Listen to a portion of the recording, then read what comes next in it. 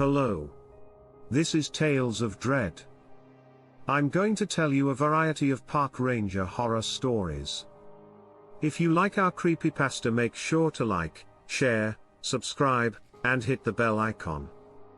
Now enjoy and be careful for what lurks beneath. The first is a park ranger who was getting ready to lock up for the night and do his rounds. This ranger was leaning against his truck and smoking his last cigarette before going into the main office to turn on the security cameras and motion sensors that cover the main perimeter of the very small complex. He only had one loop to run, so he could leave as soon as he was done. There wasn't much else to see out there, even though there were a few clearings made by past fires and an access road on each side of them, that led to campsites at either end of the loop trail. But when he looked south down the road, he says he saw a single figure standing at one of the short campsites. It might have been a child, but it wasn't moving like a real person. He says that he dropped his cigarette and crushed it under his shoe while reaching for the radio on his belt. He went towards the person.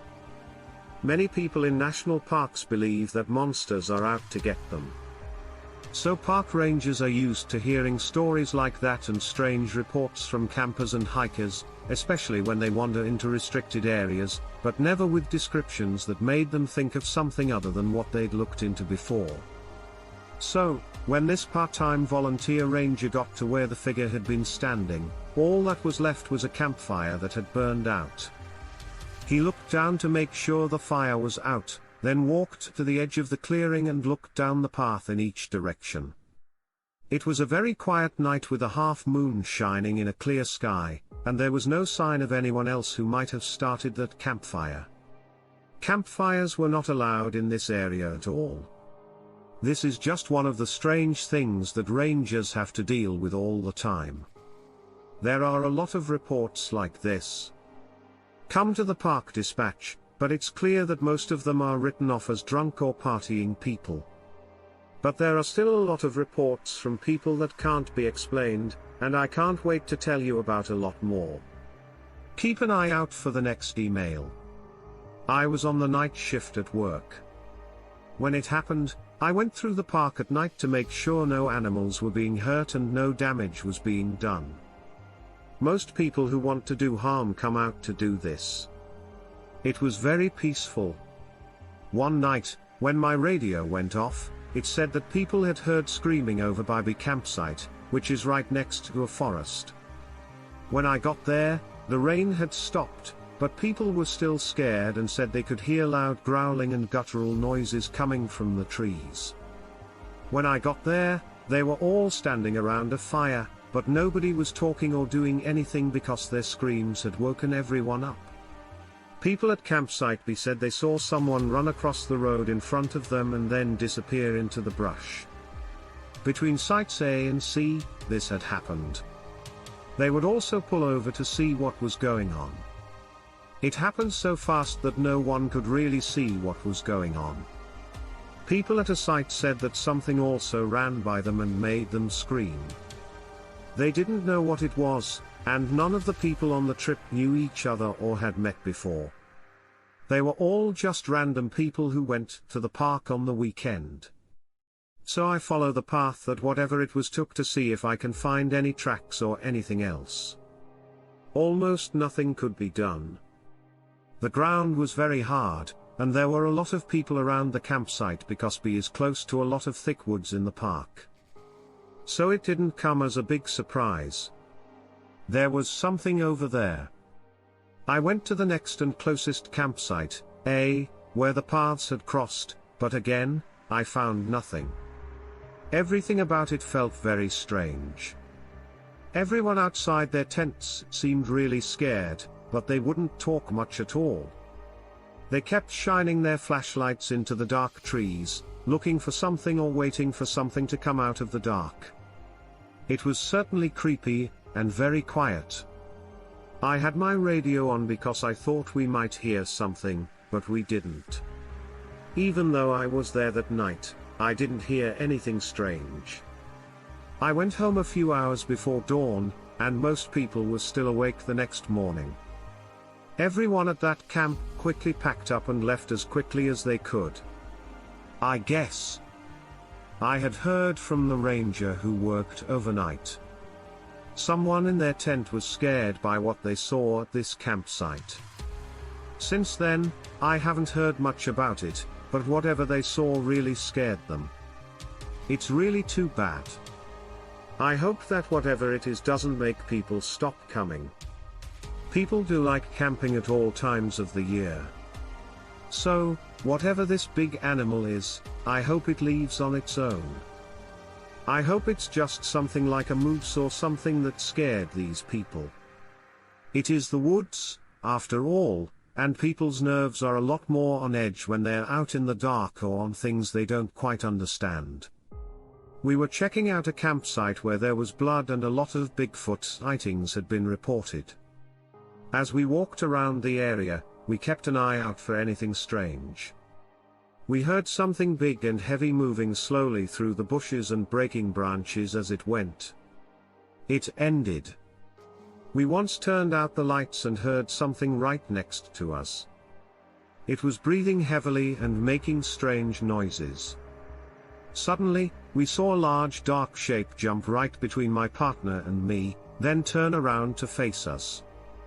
At least 8 feet tall and about 5 feet wide, it had yellow eyes that lit up in the dark. It looked at us very hard for a moment, then turned and ran into the woods when it realized we had seen it. I don't think it was looking for us. We looked for footprints or any other sign of what we had just seen, because we were so scared. But we knew that as part of our job, we had to find out who or what it was by following it. After we saw what this thing was, my partner and I just kept looking at each other in shock. There was nothing about this that was even remotely human. Strangely, even though we told our bosses about what happened, they didn't seem the least bit worried, but they talked as if they knew something. But we're still going to tell you. If you can find any encounters with Bigfoot or stories about them, I would love to read them. Try to learn as much as I can about what we saw. Don't get me wrong, this really scared my partner and me to death. Still am. Even though it's still hard to talk about, I figured I had to at least accept it. We're very lucky that this big animal didn't attack us and kill us. Since 2017 or so, there have been a lot of reports of dog attacks in our park on Isle Royale. Rangers, along with many of his staff, volunteers, and campers, have been out all night with a huge search party to see if they can find any proof. As part of the search party, we found a mangled body on the ground, which was one of the scariest things we saw. A woman in her late 30s did it, but she was too old for this. Poor woman. It looked like she had been torn apart by a large dog that no one knew. In fact, I know a lot about the Michigan dogman. Even though everyone in the state talks about it and there have been sightings and reports from Ohio to Michigan, science and the media don't believe it. So, when things like this happen, we have to record it as a bear attack. But based on the size of the teeth and the kill, it wasn't a bear. And this isn't the first time I've seen a body out here that was cut up and messed up. But this is the first time I've seen a body that was cut up and messed up so close to the campsites. I hope this attack happens again, because then it won't be able to get closer and closer to the main camps. My hope is that we can keep whatever this thing is at bay. If it's a dog, man, none of my co-workers or bosses are willing to accept that it's a dog. But if we want park visitors to be safe, I think it's something we need to talk about and think about. I do search and rescue work as much as I can. And I want to tell you about a very interesting case. I know I'm not supposed to talk about this kind of thing, but I think this missing person case might be the work of aliens. One day, I got a call from a worried mother who told me that her daughter had gone missing. She was camping with her parents just outside of Bend, Oregon. I drove out to their campsite to meet them. The family had been staying there for a few days. On this particular morning, the parents went down to the river while their daughter climbed up one of the trees along the river to get a better view of the scenery. Don't be afraid. It wasn't more than 10 feet tall. She didn't see her again after that. She was never seen or heard from again. The mother looked for her in a panic, but there was no sign that she had fallen or come down from where she was. They looked everywhere and were so upset and scared that they finally called us. I went to their campsite, talked with the family for a while, and learned some things. They showed me where they had camped and asked what their daughter had been wearing when she went missing. People told me that all she had on was a t-shirt, shorts, and sandals. Her mother was pretty shocked, but I did all I could to calm her down and find out what she knew. So I went to the river to see if I could find anything. Everyone in my family watched as my team and I looked for hours along the water's edge. The search went on all day, and when it got dark, we added more people to the search party. I can't get that poor girl out of my mind. So, we kept looking more and more, but there was no sign of her at all. Over the course of the evening, not even the dogs can smell her. I should say that the helicopter had found her the night before. She was found about 12 miles north of where she had first gone missing. She was fine, healthy, and unharmed. The dogs could follow her scent and helped her get to where we needed to find her. The second search team and the helicopter helped with the rest. When the girl was found and picked up, she was in the fetal position, rocking back and forth, and talking to herself. Her eyes were wide, and her face showed that she was completely and utterly scared.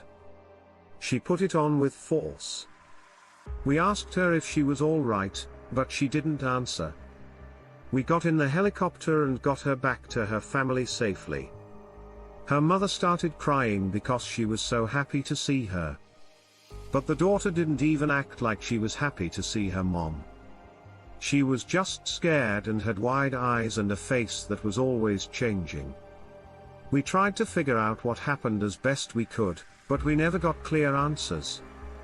She just murmured and said strange things. Like it took me, it came and grabbed me.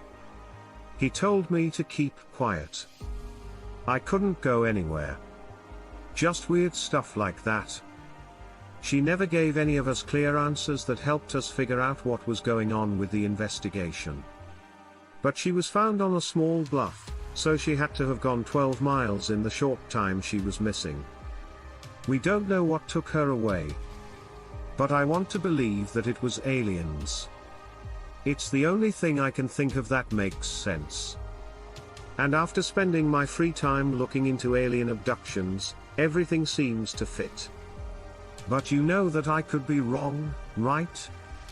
I didn't mean to say that she was a test subject or had been probed or anything like that. But it was clear that she was taken somewhere else in a very short time. It would have been impossible for her to walk that far because there are miles and miles of rough terrain between her and the small bluff. In her outfit and flip-flops, it would have been impossible to do so without getting scratched up, dirty, and tired. There's no way she could have done it. And based on how she was acting and what she was saying, it was clear that someone or something had taken her and made the poor girl very, very scared. Hello. I've been working in this field for the past 12 years. I wanted to tell you about this because you seem to be the only one who is really interested in the strange, weird, and unexplained. Let me quickly tell you who I am. I'm a ranger, and my name is Jonathan. I've been one for 12 years. I've always liked working in the forest.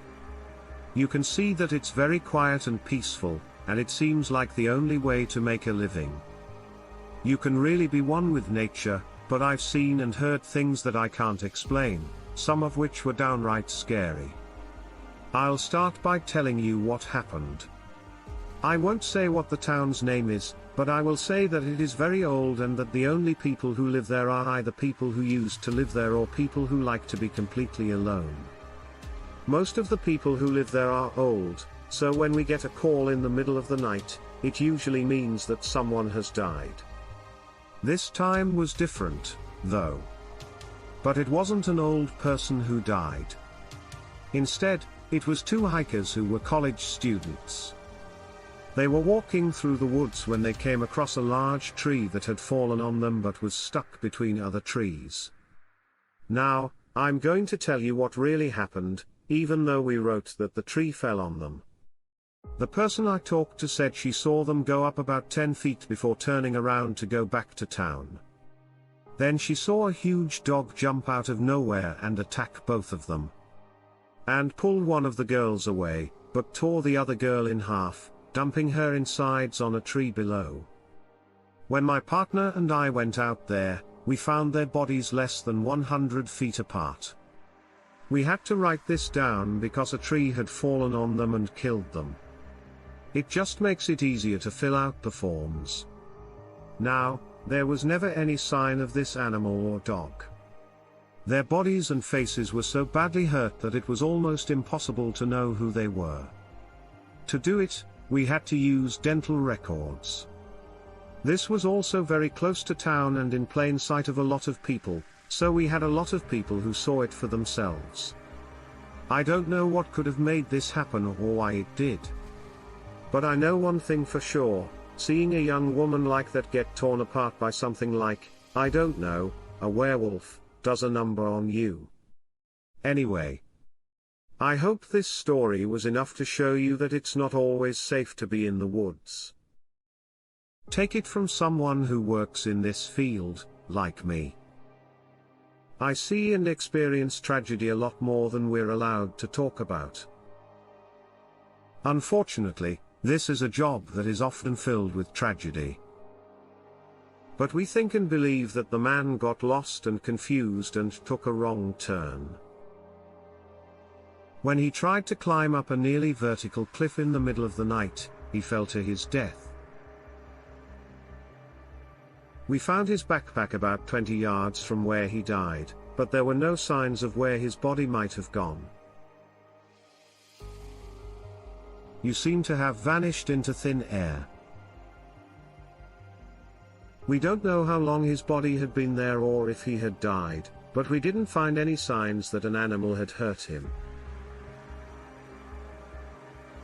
A ranger who didn't want to give their name said that they heard the man screaming in the middle of the night when they were nearby and decided to check it out.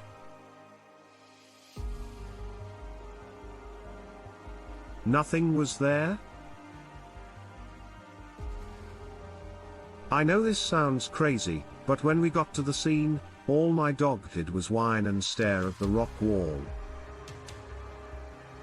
He didn't do anything he usually does, like bark or anything else. He seemed to want me to go with him. So I did. We had to climb up the steep cliff face with almost no holes to get to the man, if he was even there. Since he wasn't, we had to assume he had fallen to his death, which is why there was blood in his backpack. But there's still the question of where his body is. What happened? I don't really believe in ghosts, but let me just say that I saw something I can't explain right now. One night, while working as a ranger on the night shift, I was on patrol in a heavily wooded area that was a popular place to camp.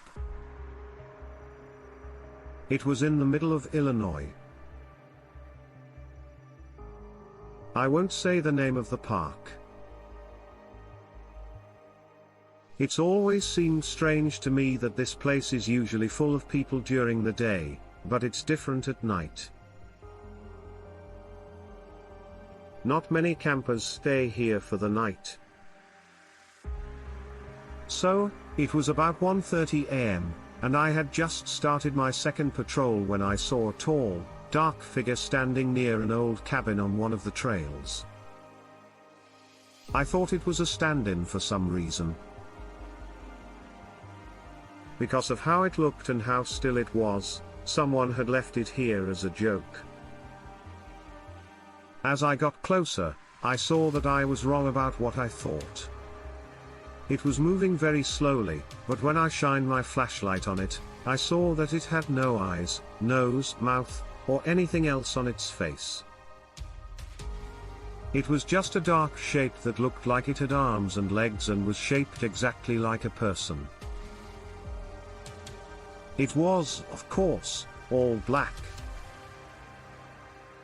The figure also looked like it was wearing some kind of cloak or cape. So it's clear that I'm doing my best not to freak out. My mind is going crazy with ideas about what could be going on here. Maybe some tricksy college students dressed in clothes were pulling a joke. Maybe I'm hallucinating, but whatever it is, it scares me and I don't want anything to do with it. But before I can turn around and walk away or run, this thing speeds up and starts running toward me. This thing gets about 20 feet away from me and then jumps about 30 feet into the trees, like a wild animal, and I'm starting to freak out and panic. I can tell I'm not dealing with a normal person, because this is a whole different thing. And, like a wild, crazy animal, it jumps from tree to tree on all fours, following me as I run back to my truck. I ran as fast as my legs could carry me, but when I got to the entrance to the campground, I jumped into my truck and locked the door behind me. I just sat there for 3 to 5 minutes, trying to catch my breath and thinking, I hope that thing goes away. I was too scared to even shoot at it, and I didn't know how to tell anyone about it. I mean, number 1, who's going to believe me, and number 2. Most likely, my up above are going to laugh at me and make fun of me. If I told anyone about it, I might even lose my job. Or they might have even thought I was on drugs. So I just sat there and kind of sank into my seat. I don't know how to tell you about this. This was definitely one of the strangest and creepiest things I've seen or heard at work. After that, I never saw it again. God bless? In the Pine Barrens' deep, dark places. One night, I was working alone in the park when my radio started up. This happened right after another ranger told me that, around 2 a.m., he had seen a strange orange light above the trees. The week before, I was a little scared by what he said. So, when I was patrolling the night woods, I was a little nervous. My curiosity got the best of me, though, and I decided to keep my radio on at a low volume so I could hear people talking on the radio.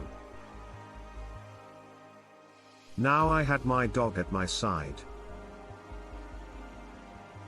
Sasha, an older German Shepherd, learned how to search and save people.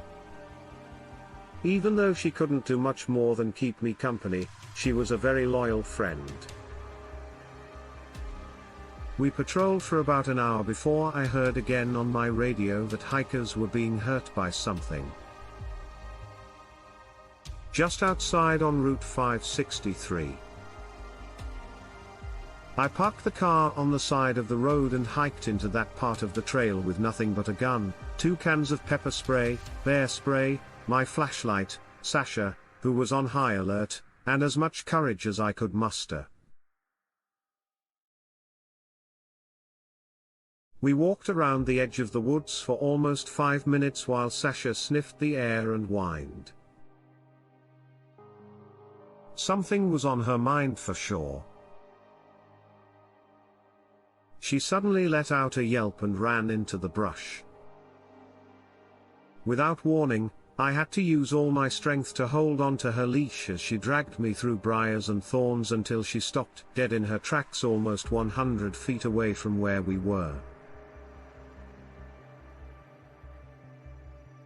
I couldn't see her, but I could hear her growling and whimpering. I saw a little bit of something. It was huge and moving very quickly. At this point, we were both scared. My heart was pounding so hard against my chest because of Sasha's behavior. When my radio squawked it again, I thought it would burst any second. We just got another call about an attack in the Pine Barrens near South Lake. The volume was turned down so low that I can just barely hear it.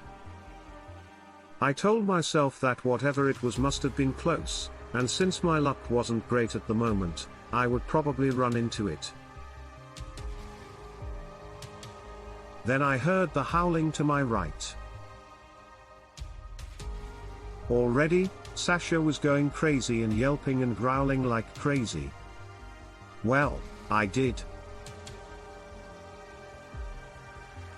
That was the only thing I thought could save us. I gave her a whistle. We both ran as fast as we could away from it. Sasha was in front and so much faster than I was. At this point, whenever we stopped moving, it would start to chase us. I couldn't see Sasha in the dark, but I kept running through the thorns and brambles to get to her.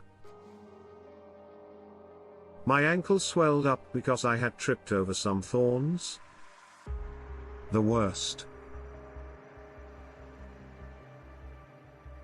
I was bleeding. Worst of all, I could hear the sound of something very big following me. I grabbed my radio to tell dispatch what was going on. It wasn't there.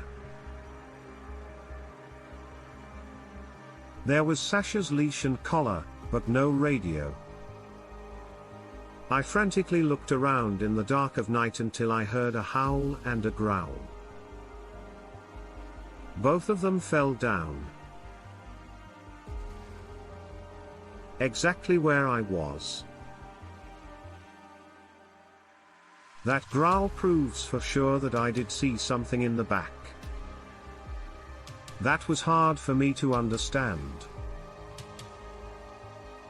It sounded like a very big wolf, but I wasn't sure. Any doubts I had about this creature's existence went away when what I could only imagine as a monster turned into a nightmare. Luckily, I found Sasha and ran back to my car. It seemed like the creature, which I'm pretty sure wasn't a normal wolf or bear, stopped attacking, and it was gone. Luckily, I never saw it again, but this event is still fresh in my mind, even though it happened years ago.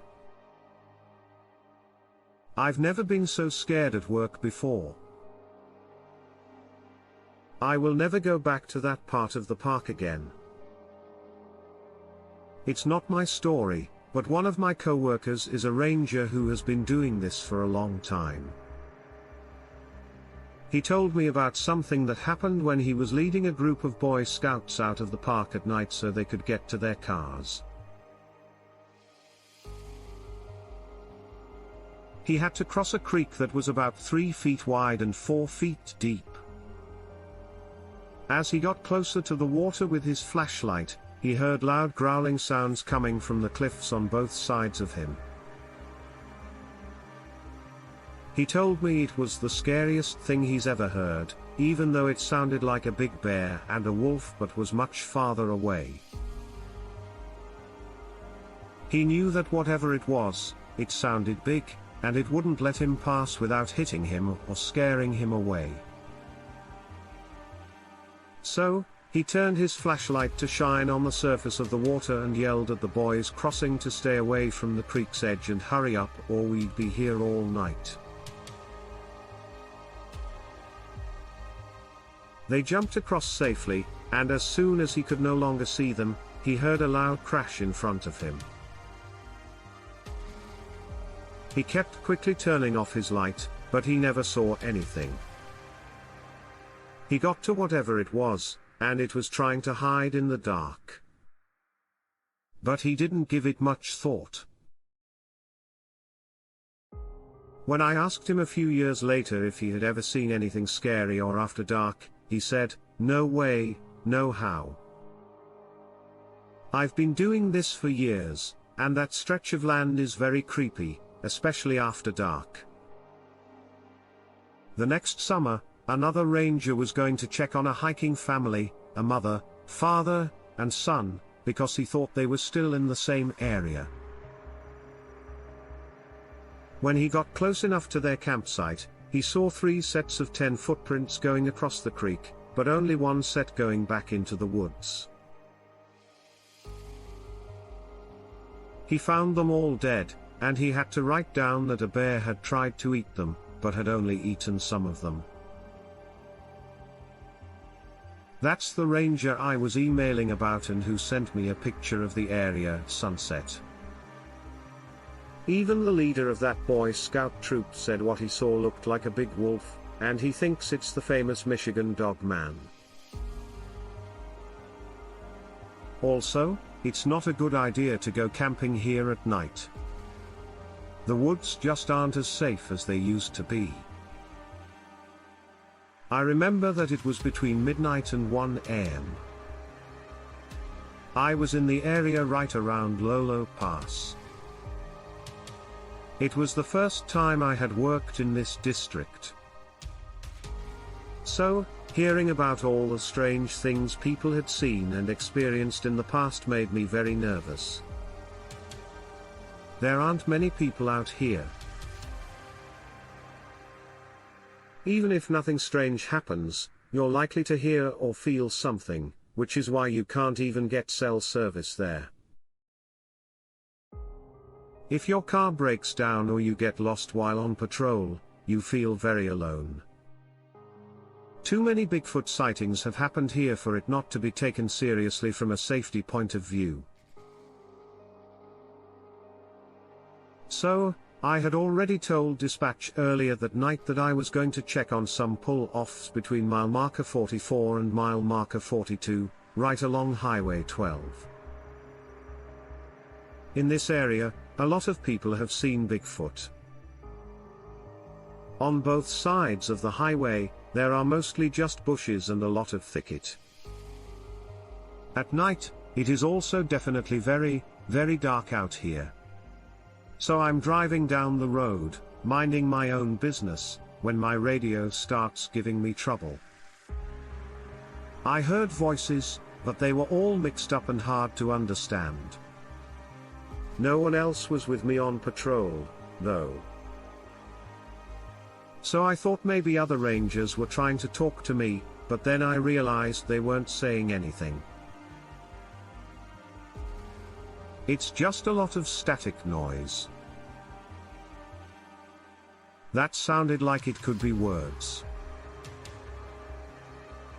Then, all of a sudden, this loud noise cut through the normal background, and I blacked out for what felt like seconds but was probably more like a minute. I didn't crash the truck for some reason. I can remember how that felt. I couldn't move through time, but I could see myself sitting in the car and driving. But it's like I was looking at everything through a foggy lens. I quickly got back to the real world. It felt very disorientated, almost dreamlike. And then when I came to my senses I realized that all this had happened while my patrol vehicle was still moving up the road. I tried again to talk to HQ. But the garbled noise stopped for good after that moment and my radio back to normal. So did my headlights. Everything was fine. Again, there were no signs of any deer on the roads or anything around here where you would normally expect them to be. This area is heavily populated in deer and they're always out at night. So do not see any. Very strange. That made me confused and in turn got paranoid. I just wanted out of here ASAP. So I try not to spend too much time investigating the next day when I was filling up my reports and dispatch one of the other rangers who had already worked in that district for a long time. Told me about this phenomenon. He called radio fade. He said it happens all the time when you're out there. It's ghost territory, which is basically anywhere. There's been Bigfoot sightings activity before. He says the electricity in the air is just different. Your radio starts acting weird and goes black for periods of time. You also feel like you'll black out too. He's had times where he's gone out there and his blood sugar has really spiked. He's fallen unconscious or feels like his nerves and feet and hands are on fire. Strange stuff. Really strange. You're alone and you probably won't notice it even though it sounds like someone, or something is trying to talk to you through the static noise. It's really just interference that mimics voices. If you're with somebody else, though, they might not notice it as much as you because it feels like time goes by differently when this happens and you aren't sure how long the blackouts will last for. All the sensations are very bizarre.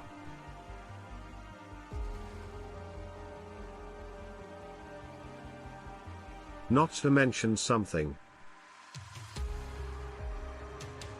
I wouldn't wish on my worst enemy.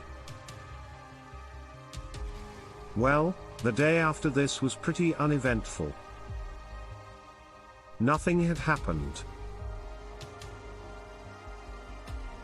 But I've heard multiple accounts of other rangers to having very strange experiences out there in that same spot between mile marker 42 and 44, even other people who do search and rescue where they have to be in that area and radio in.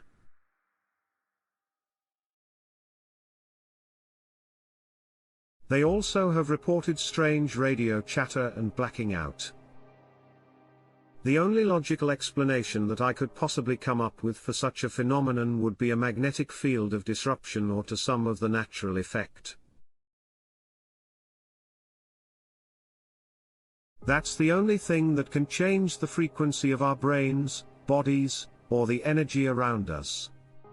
Nothing else can do this except for a disruption in the magnetic field. I'm not sure if that's the same as Bigfoot activity, but something is definitely going on. There's no way to prove either way about something like this, though. But it's very strange. It makes me think twice about going on patrol alone after dark.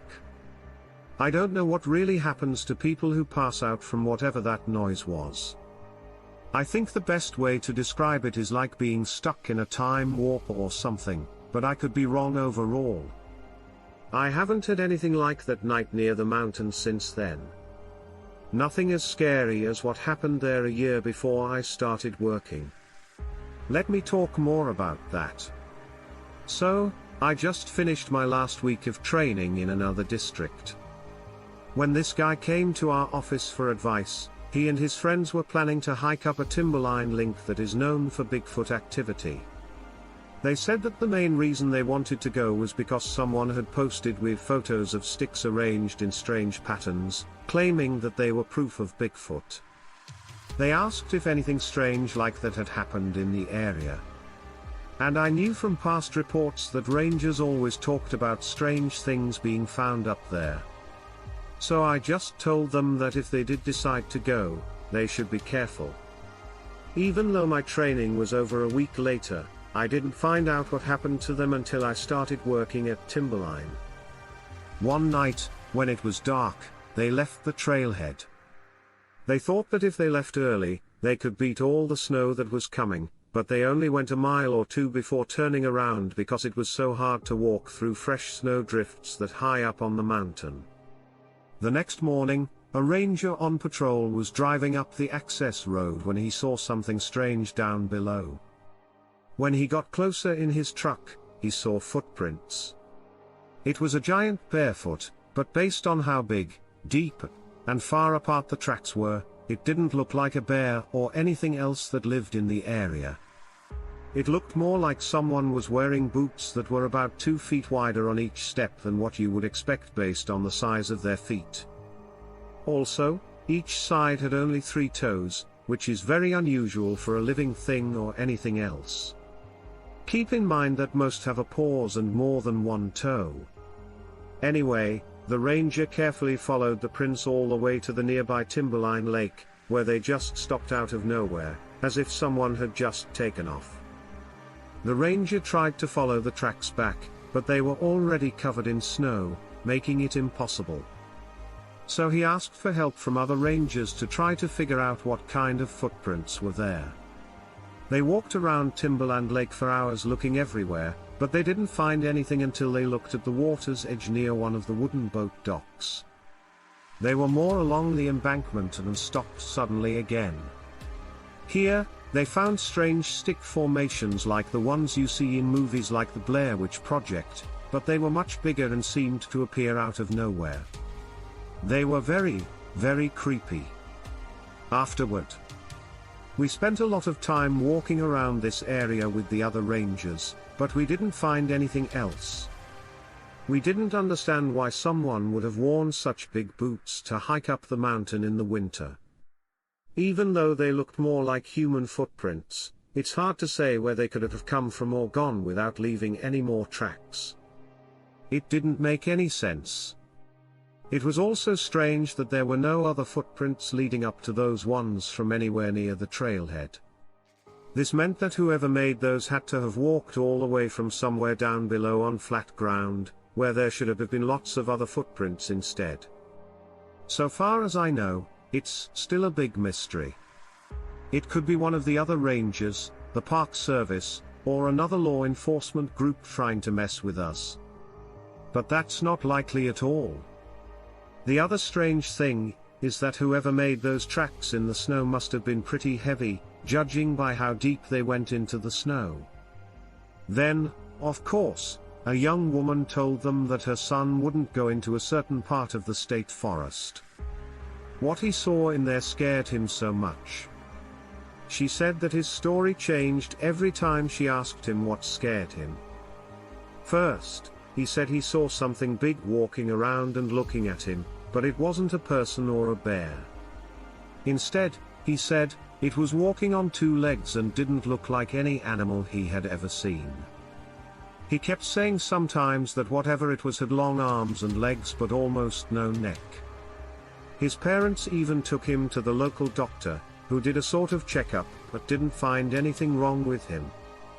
Look, I'm not sure that I made all of this up either.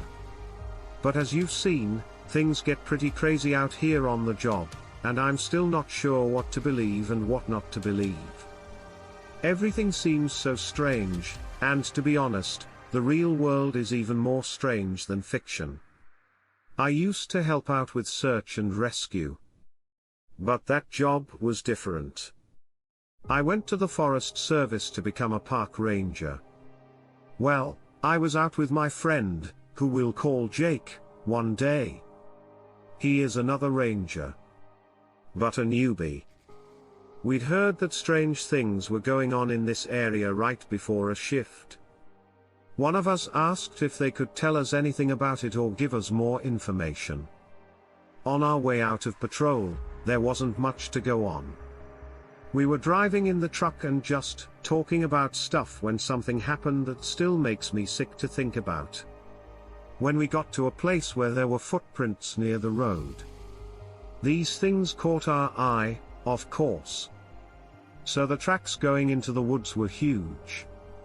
I stopped and got out to see what they were across from where we were driving on this back road, which was a dumb idea. Jake stayed in the truck and watched where I went, if you ask me. We couldn't talk because it was radio silence and we had to stay quiet and listen for anything out of the ordinary at all times. It looked like the tracks were made by a big animal. They reminded me of things I've seen near places where coyotes are skinned or something like that. I'm not saying skinwalkers exist, but with all this going on and these prints being so close to the reports we got from dispatch earlier that day, it just seems strange. We let them know who we were and then left them alone. We continued on our usual patrol route, moving farther away from the road until we reached an area with some cabins. Then we heard this whooping sound that kept coming back to us from the trees around us. It seemed to be coming from every direction. Not just in one place or direction, but everywhere at once. It was coming from the woods and hitting things, making noise everywhere. We stopped to see what kind of animal could make this kind of noise and still have so much echoing going on. At the same time, I looked over at Jake, who had his rifle pointed in every direction, looking for whatever was making that noise. Scared by this thing, which is clear. They knew something was wrong. I turned around just in time to see two red eyes shining through the trees about 100 feet away. I could tell. It was looking at us right in the eyes. It scared me even more than it already did. The animal then got down on all fours and moved quickly toward us, like nothing you would ever want to face in a real life or death situation. I also knew that thing wasn't an animal because it didn't move right, its red eyes were glowing like a monster from a movie, and it looked like it was connected to a demonic monster. As it came out of the trees, we could see its shape start to take shape. Jake looked over and shot it in the shoulder when he saw the eyes. In the dark, it was hard to tell, but it looked like something might have gone down or disappeared into the woods without making a sound. It was gone as if it had never been there. I told Jake to get ready for this thing to come back as it screamed at us and let out a hellish howl from the same kind of creature. What are we up against? After that, we tried to find it by looking for blood trails or tracks and anything else that might help us figure out what it was. But we didn't find anything. No matter how long we looked, we never found it. Then we finally told everyone to leave and get back to the station as soon as possible. There was something going on. No one could understand what was going on. We never brought this up or talked about it again. But I know Jake is still a little scared sometimes. Even though a lot of time has passed, I still think about it. Not counting the things he saw before he brought me into it. I didn't believe him at first, but when I heard that horrible noise coming from nowhere, like an animal no one would want to run into, I knew what he saw wasn't normal. As far as we knew, it could have been anything. I know it wasn't good, though. Knowing that whatever is out there probably knows about us, this thing is going to come after us. Now that I work here, it makes me nervous to think about what will happen next. I know it won't attack this place because every time it has, we've been ready and armed, but maybe we'll make the mistake of going out there without weapons.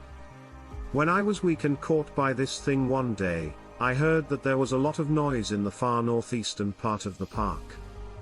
I was asked to look into something myself. I took it to the park ranger who was in charge at the time. He agreed that going out there during patrols would be a good idea. I decided to go on patrol with the other ranger that night. It was said that someone was screaming at them from behind the trees along one stretch of road near the campsite for several nights in a row.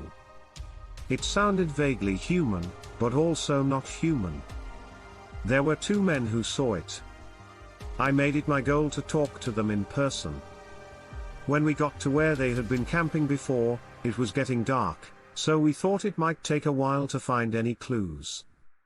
Since it had been about 3 days since the first reports, the ranger I was with, let's call him Frank, decided to check on the situation.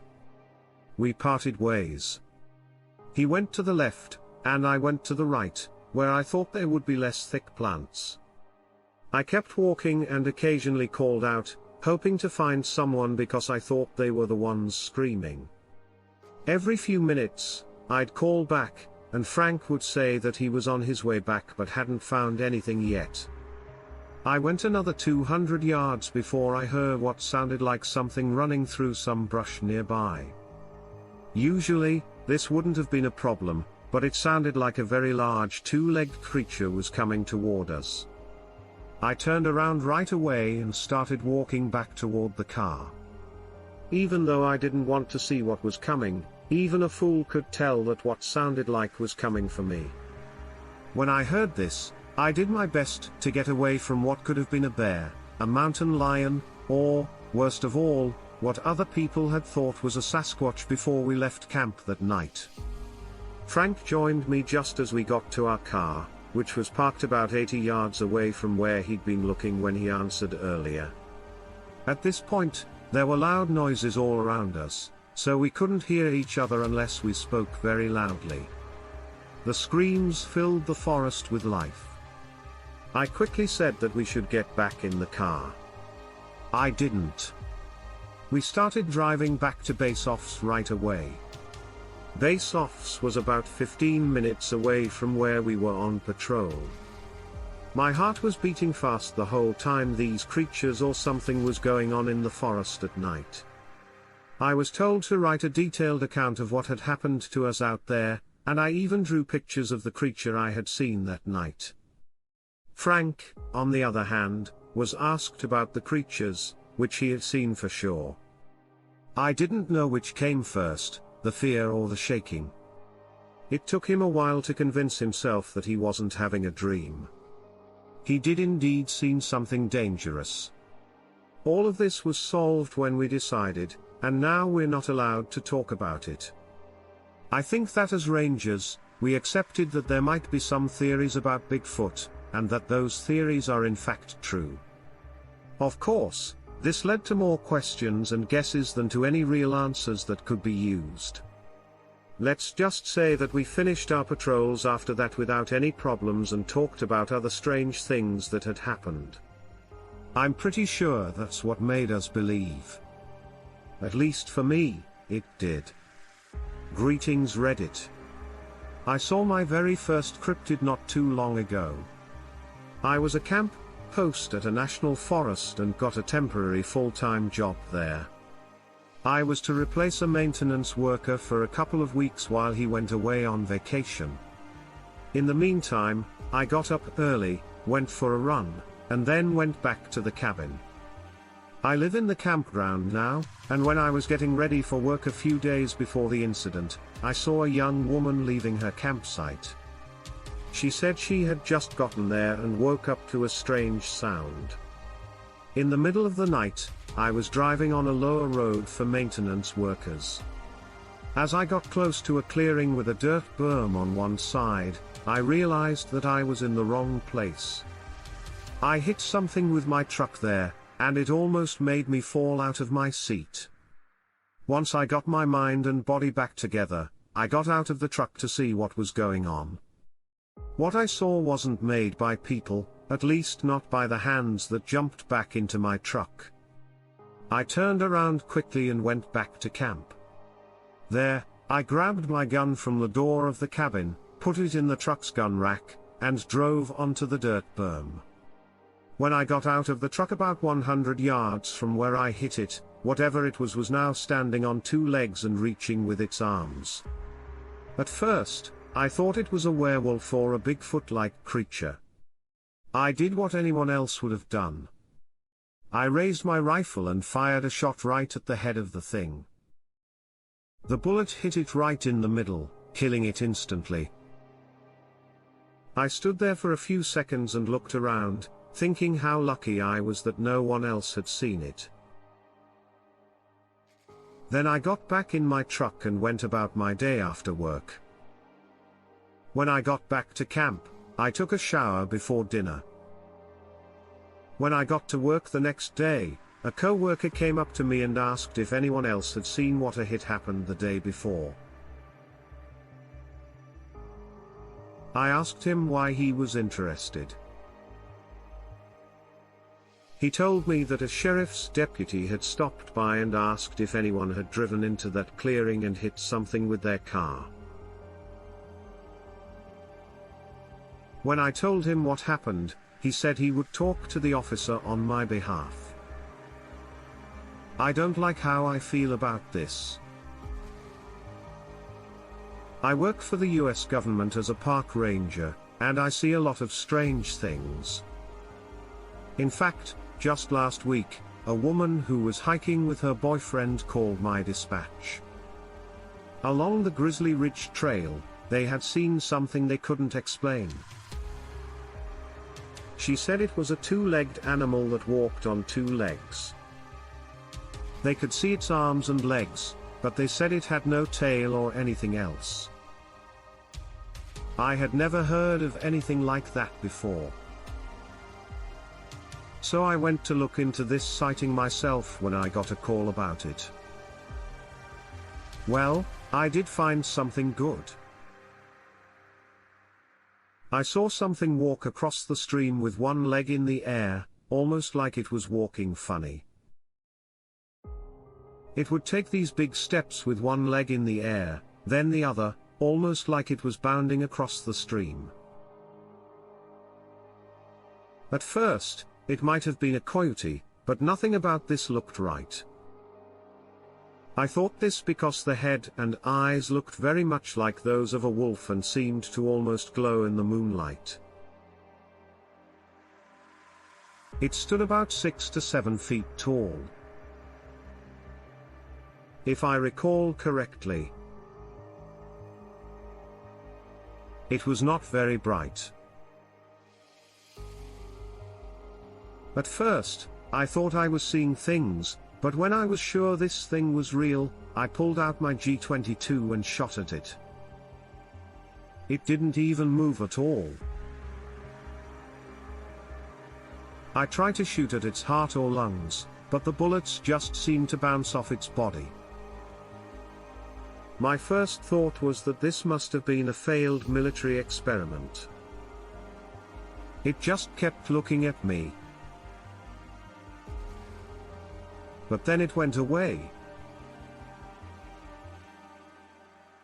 I'm not embarrassed to say that I was too scared for days to go back into the woods. Even though it's my job this month, things have been very crazy around here. I have even been called by animal control to deal with a pack of dogs or something in the park.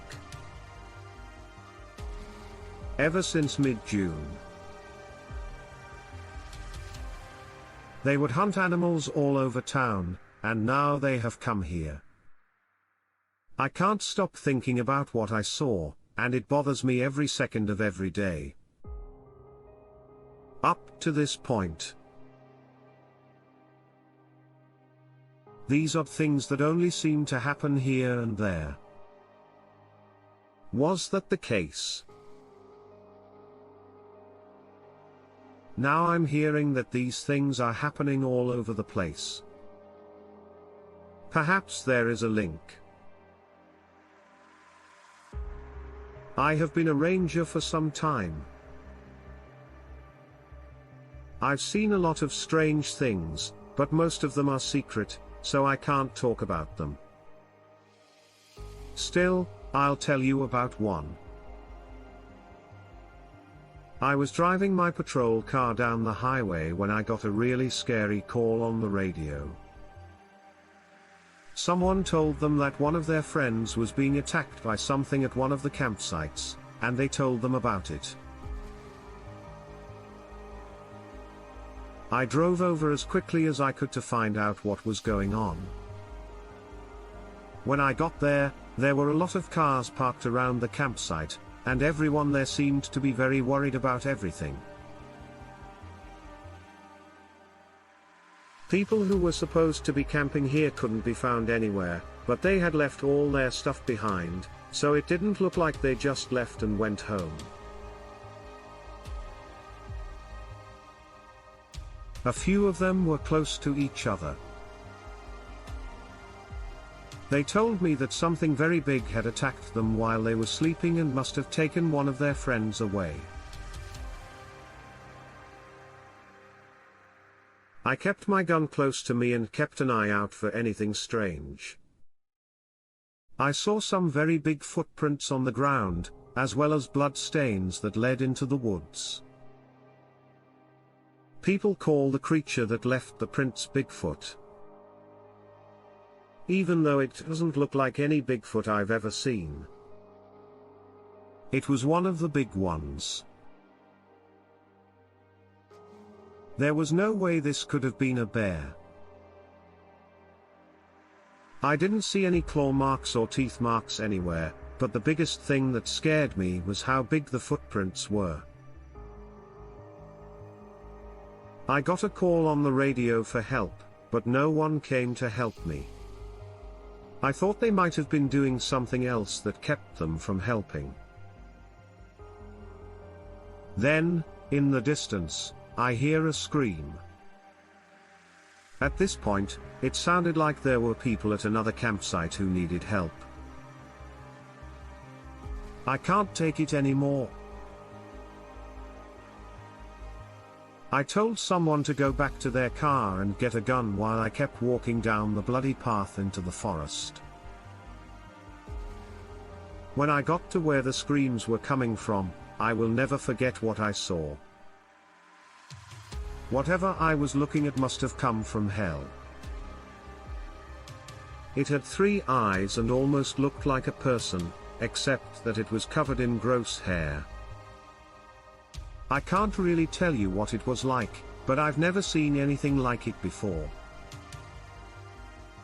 There was a family camping with their kids, and now they were all gone. All of them had been taken by the thing. I quickly decided to shoot at it, but I knew that my bullets wouldn't even stop it. No matter what it was, it couldn't be killed in the usual way. I don't usually talk to other people about my job, but I couldn't keep what I saw to myself. Those who are willing to listen, at least. After that day, it was without a doubt one of the scariest things I've ever been through. Not many strange things were said to have happened around these campsites. Almost like they kept it as if nothing had happened. After I saw what it did, I was told to stop patrolling this area. It's not because I'm afraid of this creature, but because of what it did. I've been told that I can't say anything about these things and that if I do, my career will be in danger. I always try to keep my guard up. But this isn't just because I'm often alone in the woods. It's also because people have been known to do some pretty stupid things out here. I want to be here to protect them. Most of the time, this is normal, since most people are well behaved even when they aren't camping, but sometimes strange things can happen.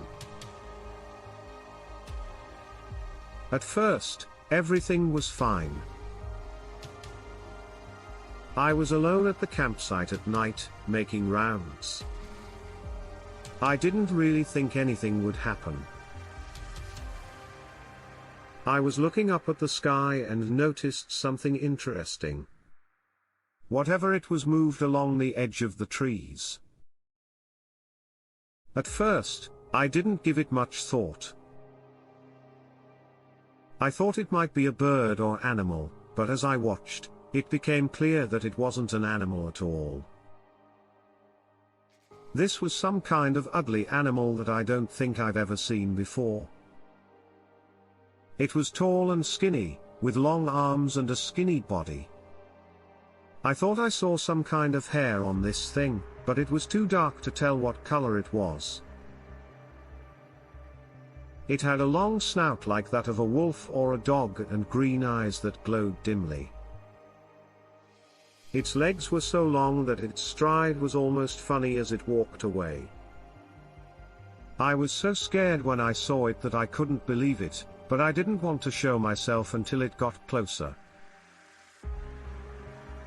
Even though it looked like it was heading toward my campsite, I couldn't leave everyone there in danger. I stayed hidden until I was about 10 feet from the camp, then I came out and shot into the air. It stopped right where it was, as if it didn't know what I was doing.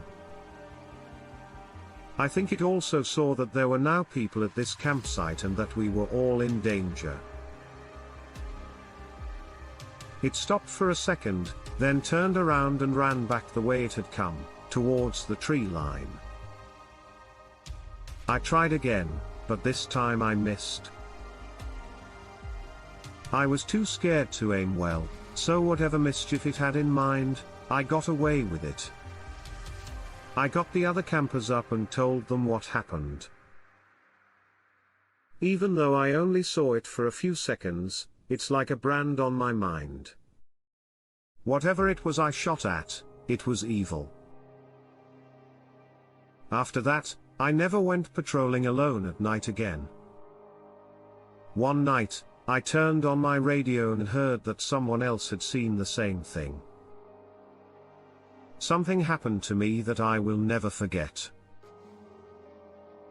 What I saw made me feel like I was going to die. That's certain. I was working the evening shift and going around the watershed to look for people who might or might not be fishing illegally. I was hiking up a creek, which flows into a river, and I saw a big, dark, furry thing by some trees across from where my patrol car was parked. It stood as still as a tree, with its arms slightly raised at its sides, as if it were sniffing the air and stretching. It had to be over 8 feet tall, since it was standing next to a tree, and it was built like a linebacker, with wide shoulders and chest and thin hips. As it squatted down, I could see the muscles in its legs tense up. I was startled and immediately thought of the people I had met on duty before, who were usually drunk, kids or groups of teens getting rowdy around campfires. But this was something completely different, something I couldn't explain, and I was all alone in the middle of nowhere with no backup. I didn't think I had frozen in place, and I was hoping it hadn't seen me as I watched it hide in the bushes and waited for it to move again.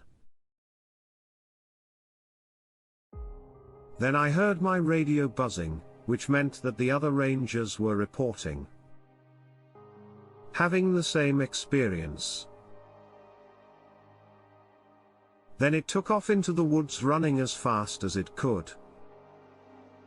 I was standing on top of a hill with a view of the river valley. I could see it from the side, but it quickly disappeared behind some trees and ran like nothing I'd ever seen before. It took long, powerful steps up the hills toward town, but it stopped long enough to look straight at me without slowing down. Its eyes are green and shine brightly at night.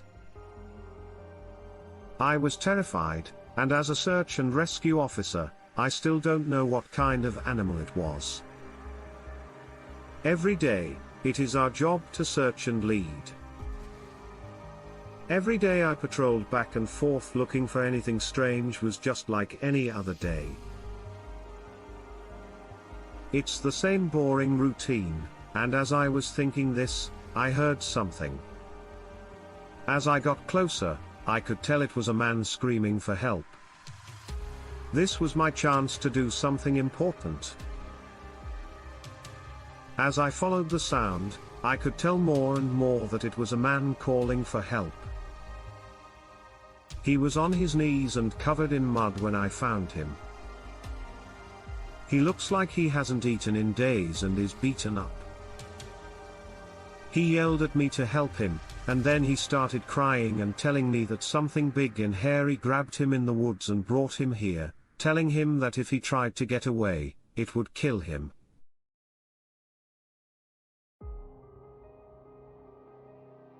Then he told me that it was watching us right now, and at that very moment, I heard a low growl coming from the woods nearby. Here is the exact moment when I threw up bricks. As I bent down to get my sidearm, I saw a huge shape jump out of the trees, swoop down to this man, pick him up all at once, and then go back into the trees. His scream was the only sound that could be heard. Now, it's getting quieter in the distance until it stops completely. All of this happens in 5 seconds. We were dealing with something, that much was clear. We had no chance? I called for help right away by radio, but they weren't much help. They told me that it was already being worked on, and that I shouldn't talk about it or deal with it. In fact, I was fired and told I wouldn't be in charge of this investigation anymore. I was even told I would lose my job if I talked about it. Well, here I am. So, I'm reporting this without giving my name. I apologize that this is so long. But there are things going on in the world that nobody talks about. People are going missing because of things like this. I don't even know if that poor man is still alive or what happened to him, and I can't say for sure what grabbed him. Was it a Sasquatch? I'm not sure. It happened way too fast for me to ever understand. For sure.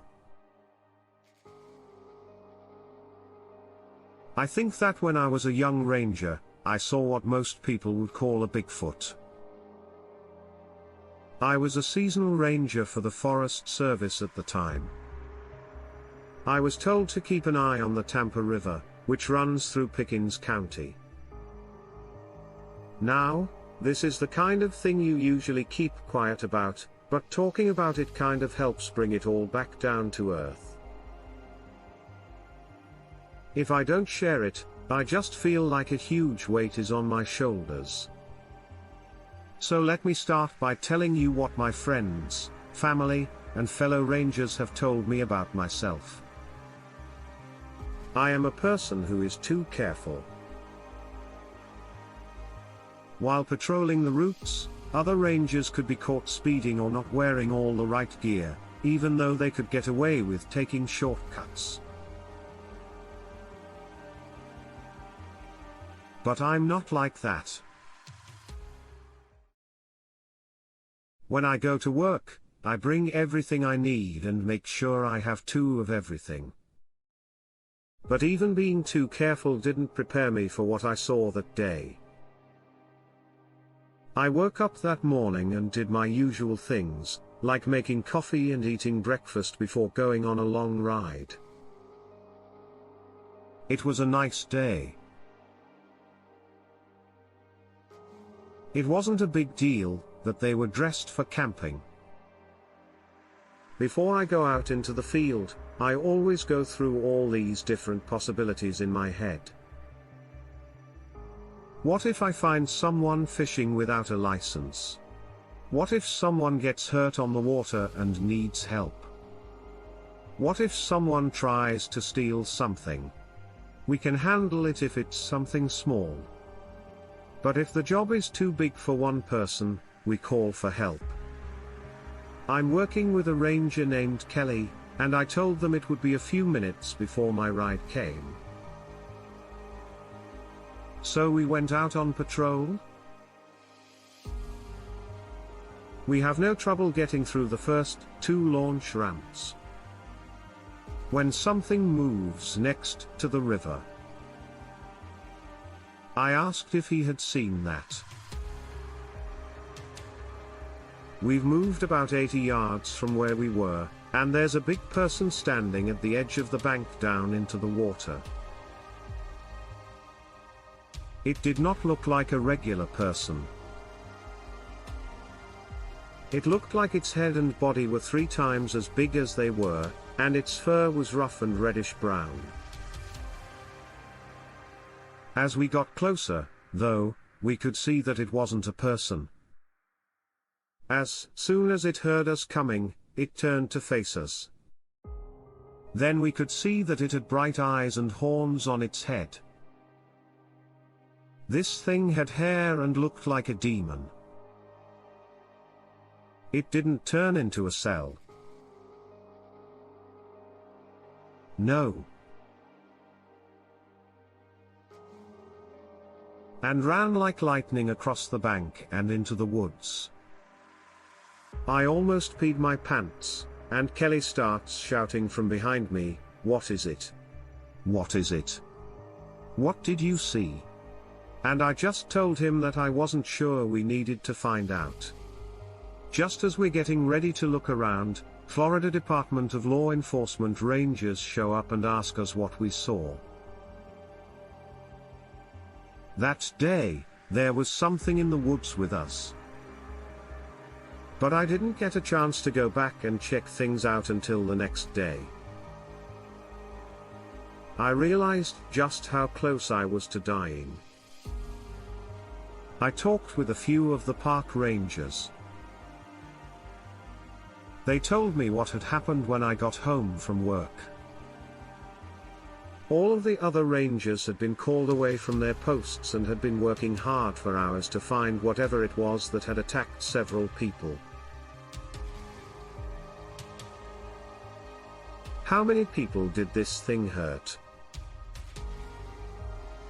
My friends could only tell you that I was very quiet for the rest of the week and doing some strange things, like not wanting to go into the woods and always having my gun ready, which seemed like I was being too paranoid.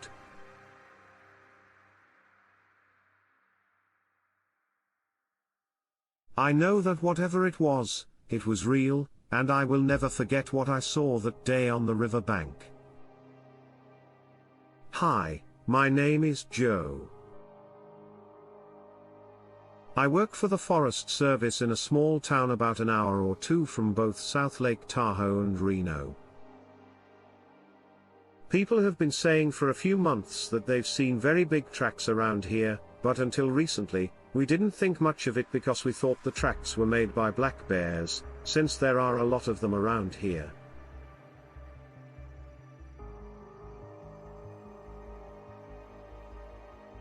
But recently, more and more people are talking about their own experiences with what might look like Bigfoot, Sasquatch, or even your kind of creature. We think these things have been roaming around here at night, scaring hikers on the trails by growling and howling at them, waking people up in their tents, and just making a lot of noise.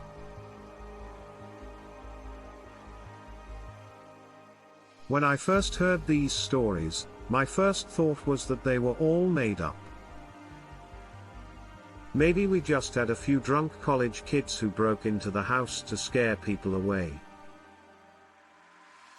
But when I asked around town, I found out that there is a guy who has been doing this his whole life and is a paramedic. He told me that he had seen something big running through the forest at what he thought was about 80 miles per hour, which is very fast. When you think about how thick and dense some of the wood here is. The way he talked about it sounded like what these people are saying, and he didn't seem like he was joking or trying to trick anyone. He also said that there was a sign of it. It looked like its eyes were so bright that they left this light trail behind. We're talking about something that sounds almost out of this world. And this is one of those stories where you feel like the person telling it thinks their audience is going to call them a liar or say they were drunk, tired, or high on something because they didn't get enough sleep.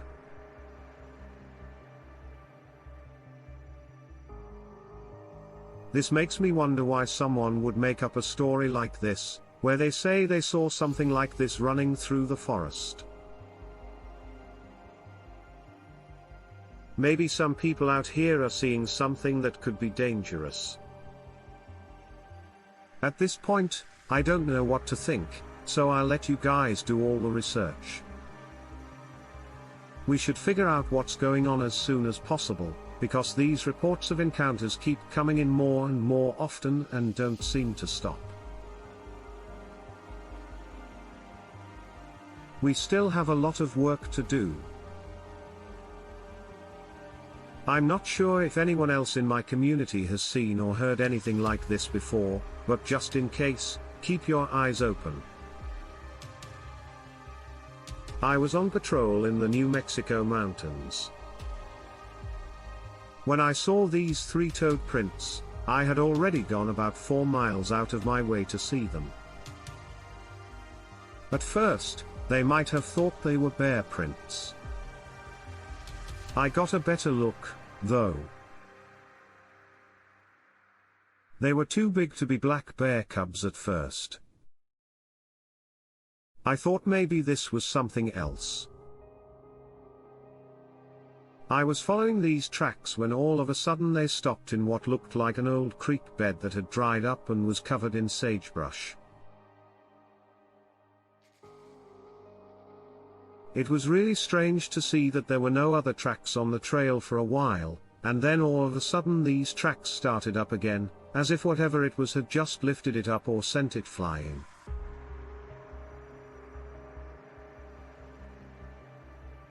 I wonder if they were still good enough to have been made today. I couldn't tell. I kind of squatted down to see if I could smell anything, and there was a horrible, musty death smell coming up from the tracks that you could only smell if you were within a couple of feet of the tracks.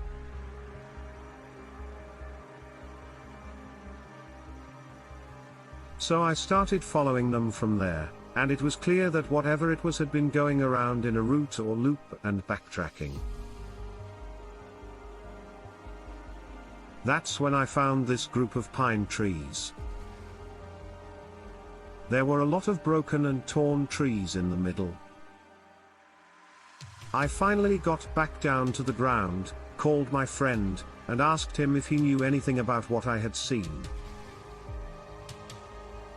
He also says that he has been getting phone calls about strange things happening in these mountains.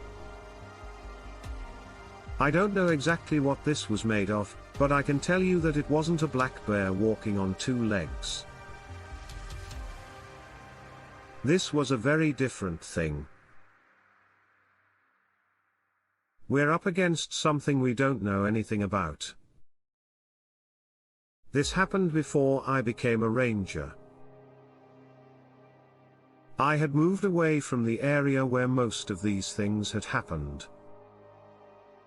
2 months later, my family and I decided to go camping in the same forest, same area. By the way, I would see a lot of strange things at work in the national park where I worked. This used to be a place where I played all the time. When I was young, I never saw anyone I didn't know in these woods. So it wasn't strange that we went there for a weekend trip when we did. We hadn't been there for more than 30 minutes. When my mother looked into the fire and asked, "What's that?" "Something is up in the trees." When I looked up, I saw a very tall, very skinny figure with its arms at its sides, just watching us. It had these huge black eyes that were more round at the top and bottom than they were slanted.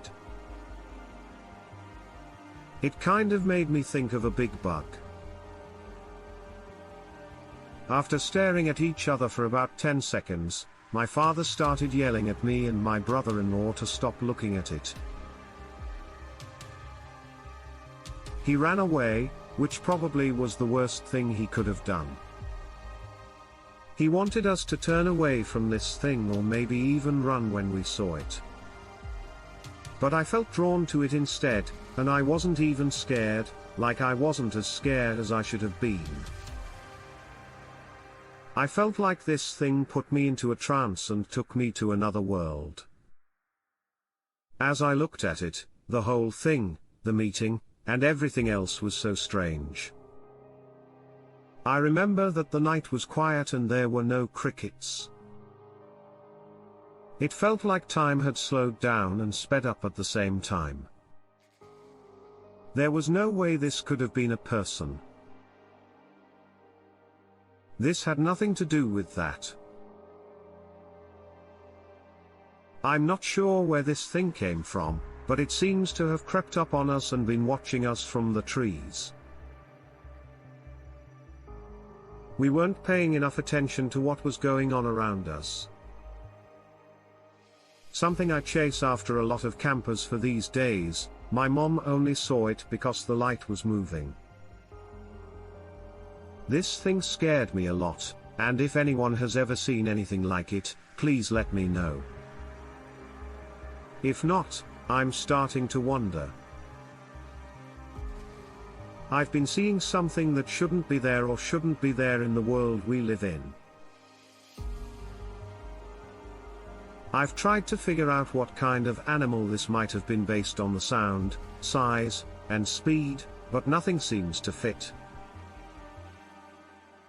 I'm wondering what you think it could be. We had never heard of anything like this in the woods before, especially back then, and none of my hunting friends had either. Also, this thing let out a high-pitched scream, but it came from something so big that it sounded like an elephant. No one really knows for sure. I've read a few ideas about how cougars might look like this, but I've never seen one for myself. I should also say that this thing didn't have very many colors. It wasn't a bear, I think. It was kind of brown, but didn't have any real color. If anyone knows what kind of creature we might be dealing with, please let me know.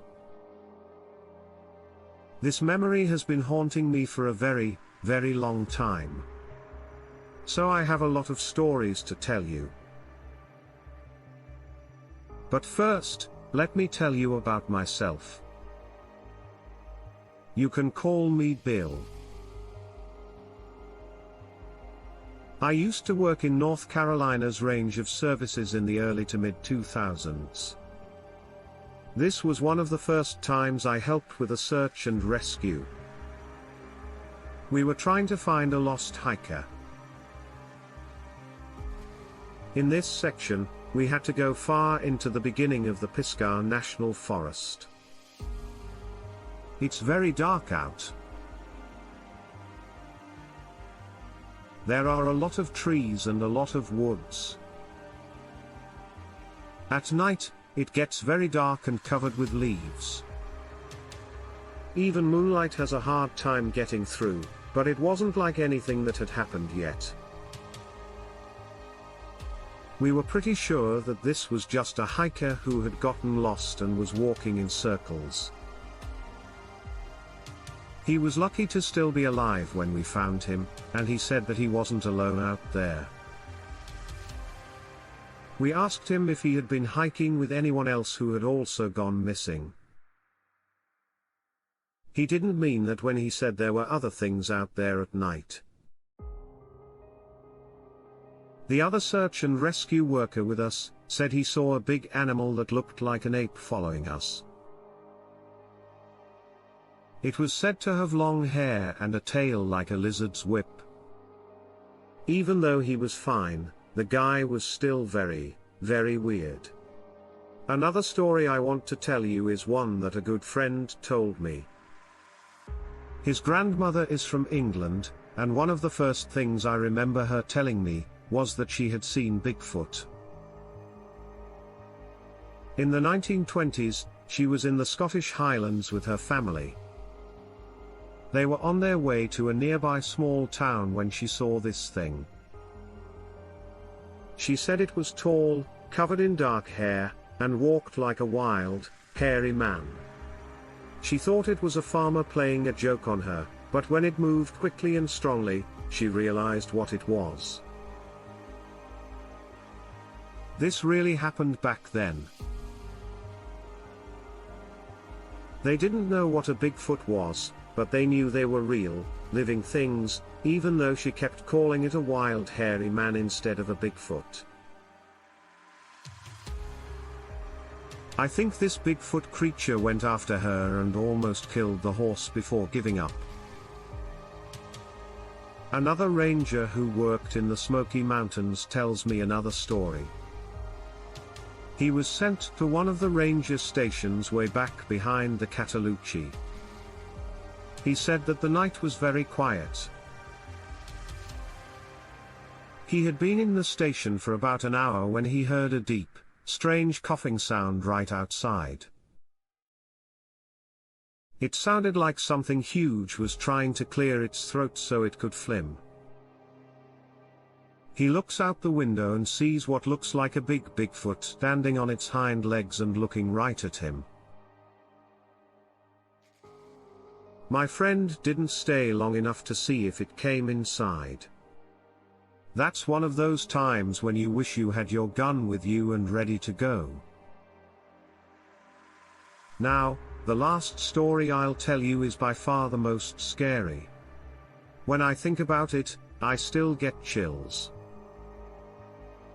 We were looking for some lost hikers when this happened to me. This was in the north part of West Virginia. On this one, we had help from a helicopter. We had a hard time finding any sign at all of them. They hadn't been out there for a full day yet. Things didn't look very good. We had a few trackers with us, and they were always able to notice little details that the rest of us had missed. When one of us was looking at the footage from the helicopter, he said he saw something in the trees. We went over to where he was pointing, and sure enough, this big animal started picking its way through the bushes. He said, "It took one look at the helicopter before running back into the woods to hide from the light. This thing began to scream. This strange language with a guttural sound at us, and then kind of just disappeared. That's the clear-cut SAR case. When I was on duty a few years ago, we got a call about late hikers. I'm pretty sure I'll never forget it. It was fairly normal. Just two young kids who got lost and didn't know where to go. They came from an estate, so they weren't used to this kind of land. Before it got dark, we found them again. They were really scared. They said that there was a strange sound coming from the woods around them. They've been scared to death, to be honest. People said that the noise was getting louder and louder and that he heard it for most of the day. They didn't know what it was, but they wanted to get out of there pretty badly. We took them back to their base. But I knew the whole time that we were being watched. They were being chased by something in the woods behind us. It was just staying out of sight. I always had my rifle ready, but I never saw anything out there. Even though it was hard to tell what it was, I know I heard something. I kept looking behind me, but all I could see were the shapes of trees in the sky. I didn't see what was making the noise until we were almost at the ops. When I did, I saw that it was big and built low to the ground. Then it got down on all fours and started running. Its face was very smooth and not like anything I'd seen before. I'm not sure what it was, but I don't know what it was. I'm curious. One more night. I worked alone during the night shift. Someone told us on the radio that they had seen something big and strange. This night, we were all pretty tired. Most of us had already been working for 20 hours.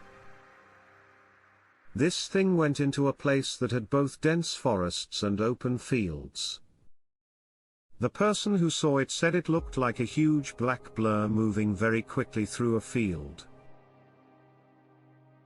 So, my partner and I were looking down at the edge of the woods when we heard something nearby. Whatever it was, it seemed very big. We changed to a different team. They had to go deeper after about an hour.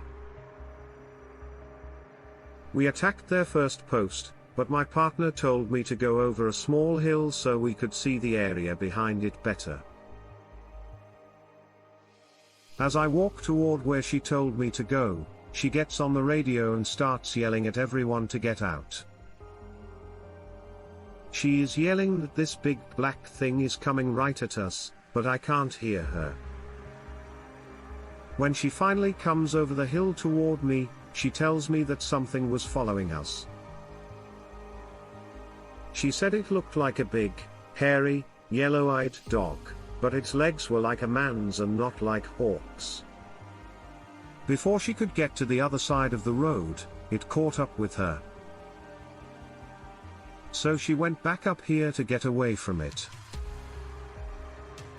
Everyone else on my team who saw it was as white as a sheet, especially my partner, who looked like he was about to pass out.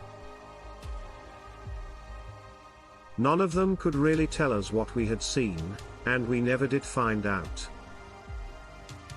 Not from them, at least. It was one crazy night. My boss told me that the park ranger in the district next to mine had asked for help. He had heard that at night, something attacked people deep in the woods. I didn't know what to expect, but I remember thinking that maybe a hunter thought an elk was a person.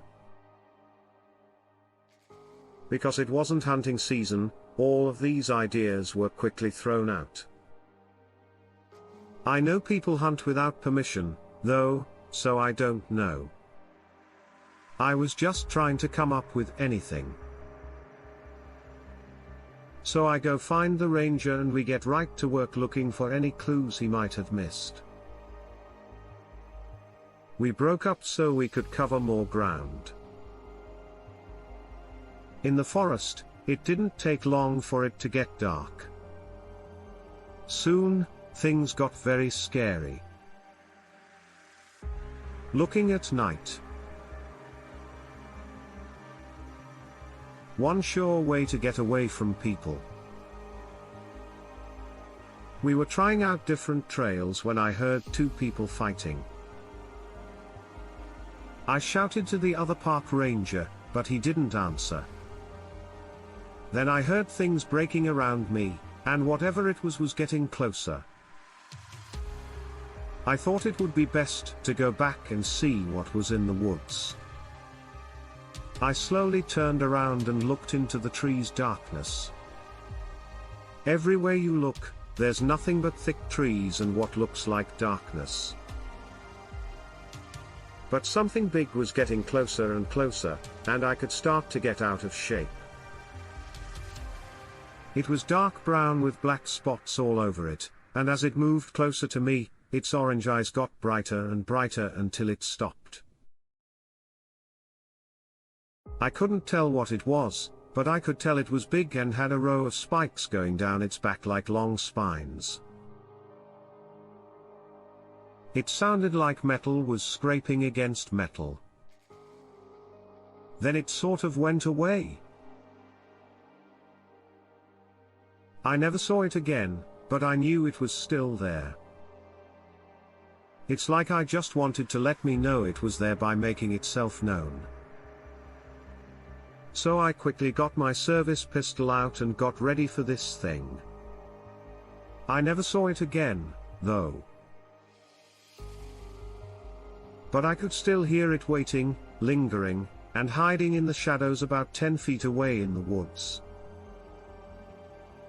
When the other ranger finally found me again, he told me he had a bad feeling.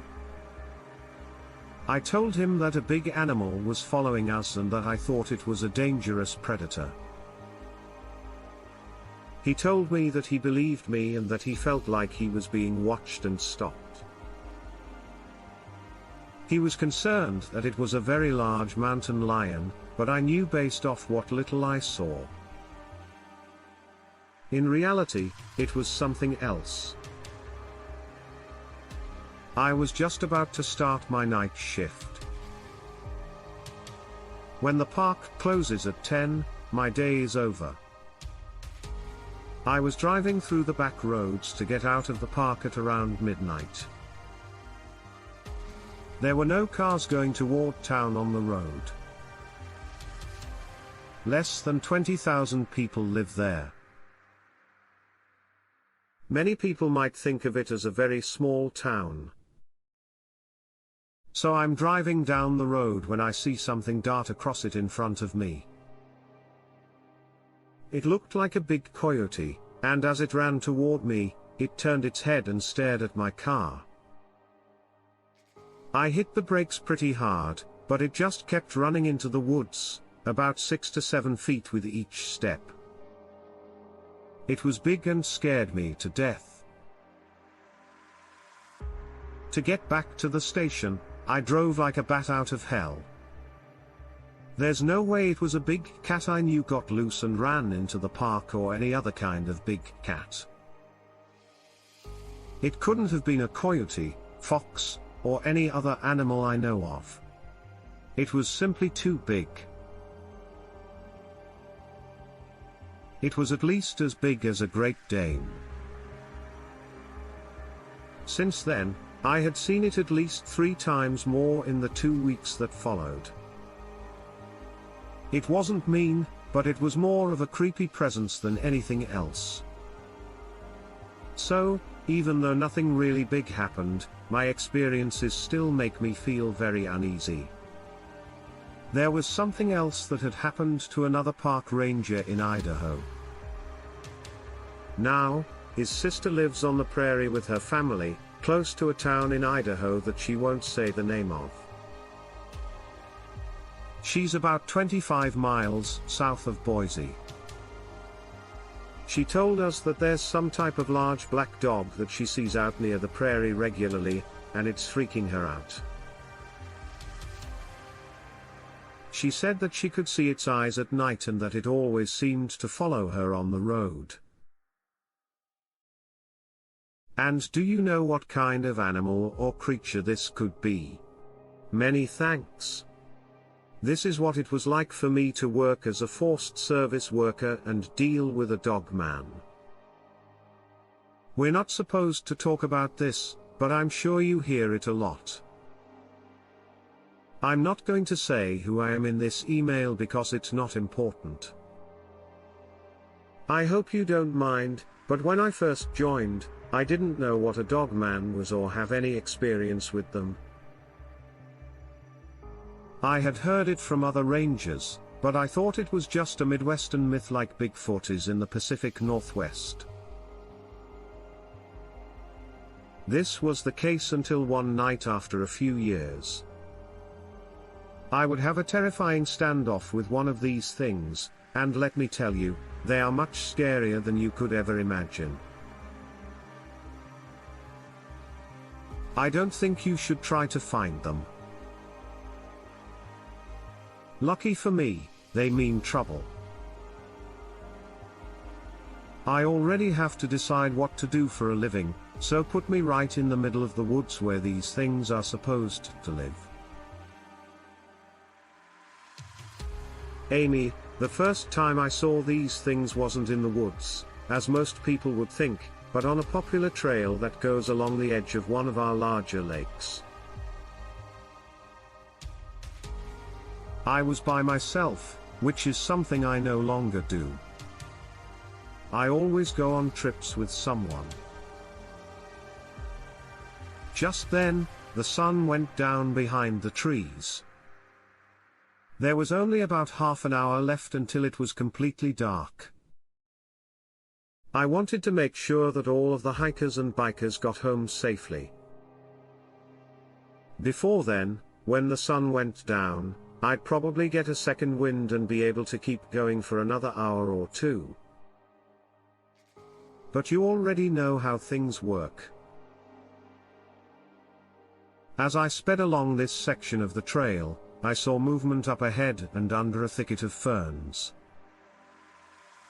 Now, I didn't think I'd see anyone for at least another hour, and I still hadn't. So this made me raise an eyebrow. I stopped and slowly got closer. I moved slowly and carefully, my hand on my rifle. As soon as I got close enough, I realized that the movement was a mountain lion, but when I looked closer, I saw that this thing was too big to be a mountain lion. Whatever it was digging into a fresh deer carcass and ripping through the meat. I could hear the flush, so I turned on my flashlight to see what it was. When I saw that it wasn't a mountain lion, I left. This was some kind of huge, weird-looking dog. Things went from bad to worse very quickly when this animal let out a guttural growl. It didn't sound like anything a big old cat would say. My heart skipped a beat, and I slowly walked backwards toward the train to use my walkie-talkie to call for help. But there was only static, as expected. The only sound I could hear was a small growl coming from somewhere behind me. It was getting dark, and I can't say for sure what was going on. But as I hurried back to the main trail, I could have sworn that Big Kitty's eyes turned a deep red, and my flashlight, even though it wasn't a kitty, it was some crazy dog or something, but I'm going to call it a giant kitty for the sake of my sanity. My palms were sweaty and my knees were all wobbly when I finally made it back to the main recreation area where the other campers were.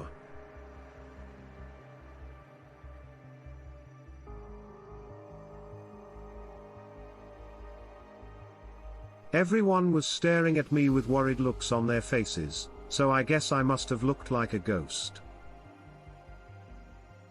People didn't want to believe what I'd seen. But there was that dead deer right where I had found it earlier. It was almost certainly the mountain lion's kill, which was confirmed by two other rangers who went out to take care of it when they heard my call for help. They said that big dog tracks were all over the place. I couldn't sleep that night because I kept thinking about how close I was to becoming one of those things' dinner. I've had a few other close calls and strange things happen to me, but I'll save that offer for later. I just want to go to sleep and stop thinking about that thing in the woods. So I hope that's okay with you guys. This post is going to be pretty long. So, please be patient with me because I'm not sure if this is just a strange coincidence or if it might be something more. There's a chance that I'm dealing with something supernatural. I'll let you decide. Let me start by telling you a little bit about myself. I call myself Dennis, which isn't my real name, but it works for this story. You can call me by that name.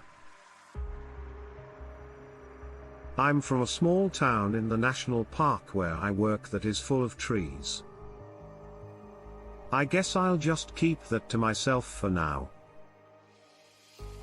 This happened around 3 o'clock in the morning. I was watching TV. And I started to hear strange sounds from animals. Now, that seems strange to me because I know a lot about animals and feel like I've heard it all. You name it, mountain lions, bears, wild dogs, etc. But the sound I heard didn't sound like anything I've ever heard before.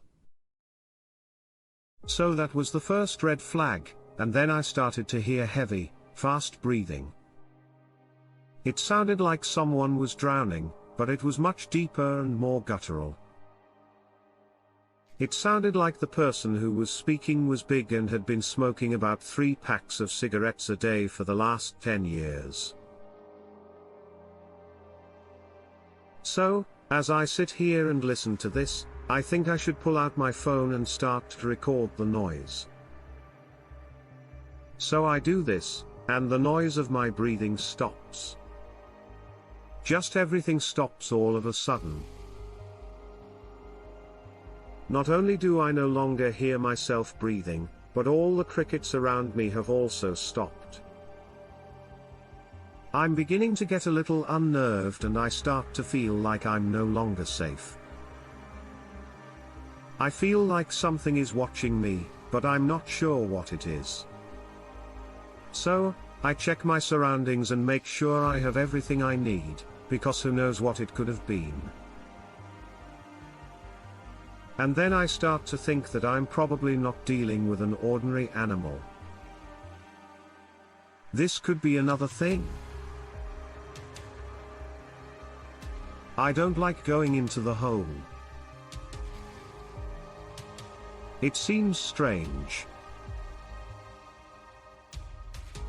But I don't know, because I've never dealt with these kinds of feelings and emotions from a normal animal, at least not one I've met. I began feeling very uncomfortable. I thought it would be best to just get in front of my TV.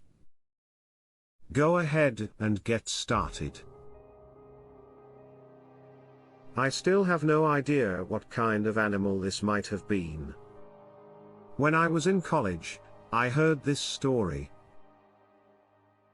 I don't remember where it came from, but the horrible things this park ranger saw have always stuck with me. I'm not sure about the names or the dates in this story. But I can tell you that it happened at least 15 years ago, and maybe even longer, even though my memory isn't as clear as it used to be. At this point, a man who had been a ranger for a number of years, and whose name I can't remember, said that he had seen something very scary while driving late at night. It was obviously dark outside, and there were no lights in the area where he saw something he couldn't understand. He also said that there wasn't enough moonlight, which made it hard for him to figure out what he had seen. He did see enough, though, to tell the others what was out there in the dark. This man didn't tell anyone about what he saw until not long ago. He didn't want people to think he was crazy or even lie about what he said. But at some point after the event, one of his fellow rangers told him that other rangers who worked in nearby areas along the road had seen something similar. They didn't know what they were looking at, but they all agreed it couldn't have been a bear, deer, or other animal that lived in these parts. Each ranger gave a description that was the same as the first ranger's description. The only thing that was different was where they had been. The thing they say they saw was a tall, dark figure standing on two legs without a clear neck. The head was right on top of the shoulders, and there were no ears or hair above the brow. One long arm hung just below the knees, and the other reached to the top of the chest. So what they said, said the main ranger. It looked like it came from a scary movie. Just seeing it standing there, less than 25 feet away, scared him so much that he almost lost consciousness. That's how scary it was for him to see this thing. It didn't look like it was trying to hurt him, so he kept his distance. But at the same time, just seeing it was enough to make the man freeze with fear. He drove away as fast as he could and didn't turn around. Don't forget that this wasn't a mistake. This is an experienced camper. He's been around mountain lions, bobcats, bear, all other sorts of various wildlife. He knew what he was saying was certainly nothing that he had ever seen before. The ranger was aware that whatever this was had to be something otherworldly. What he saw made him so scared. He never told another living soul about it until many years later. It's also worth mentioning that this ranger does not drink, do droughts or suffer from any mental illness at all that I'm aware of. He is a very well-spoken individual who would not say anything unless he really believed what happened to him was really the way it happened as he described. If one person witnessed such an encounter, surely there are others. Since these areas are also frequented by many people a day. I'm not certain if anybody else has seen something similar to what he is talking about. But if you do, please comment below on this post. I would love to know. I'm going to share a story with you from a few years ago, back when I was still a ranger. I don't know how many of you have been to Fall Creek Falls in Tennessee, but it's an absolutely gorgeous state park. It's well known for its waterfalls. But let me tell you something about the forest there. This was around 10:30 p.m. on a weeknight. I was working my shift and I had to go out of service for about an hour to go and get some paperwork done. So one of the other rangers agreed to cover for me. It's dark by 9 p.m. in the summer. At that latitude it was pitch black when I began to drive out of the park. As I was driving out, I noticed several deer running alongside my truck. At first it didn't really concern me if Fall Creek Falls is known to be home to the largest population of white-tailed deer and any state east of Mississippi. Unbeknownst to me at the time, there had been also a lot of predator activity. They were beginning to become a nuisance. They had also been attacking local livestock. So as I was driving down the scenic road, several more deer began running alongside me. They were keeping pace with my truck for a while, but eventually they peeled away from the road. I didn't think anything of it and just kept on going. 30 minutes later, while I was stopped at a red light in town, a deer had run right up to the passenger side of my truck.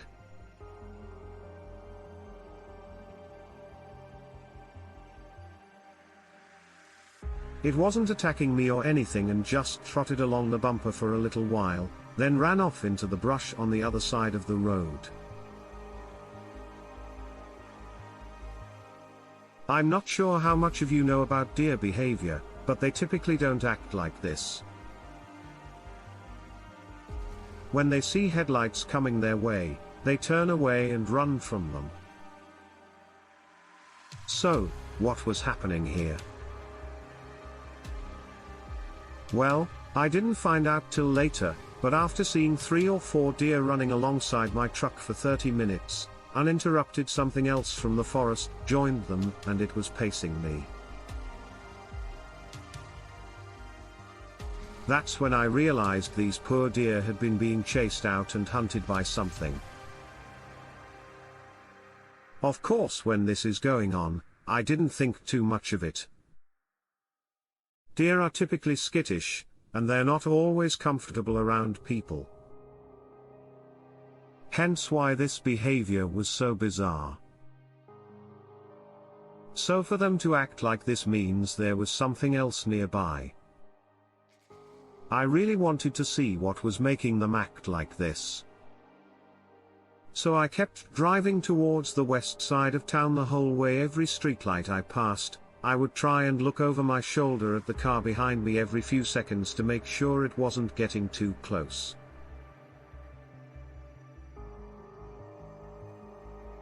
So every time a deer ran alongside me or crossed in front of my truck, I'd start scanning the woods along the road for whatever was lurking in the darkness.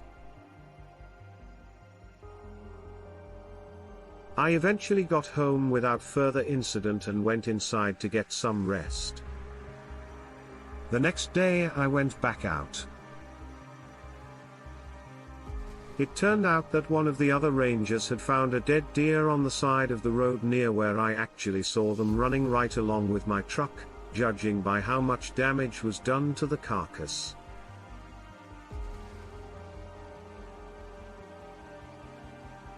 He looked like it had been killed by something really big with very sharp claws and teeth. And we're talking bigger than a bear. I'll never forget what happened next.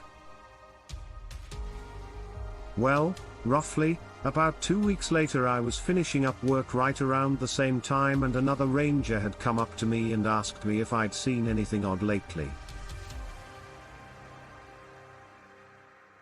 He just said he came back from making his rounds and he'd seen a tall, dark figure off in the forest to the left. I remember kind of chuckling and asking what he meant. He told me he tried to track it down, but couldn't find anything that matched what he'd seen. No bent down grass, nothing, bedding down, no footprints, nothing. And so I told them what happened to me. We decided to stick around for a little while longer. Then we started talking about our favorite movies. Then we hear this loud howl coming through the trees.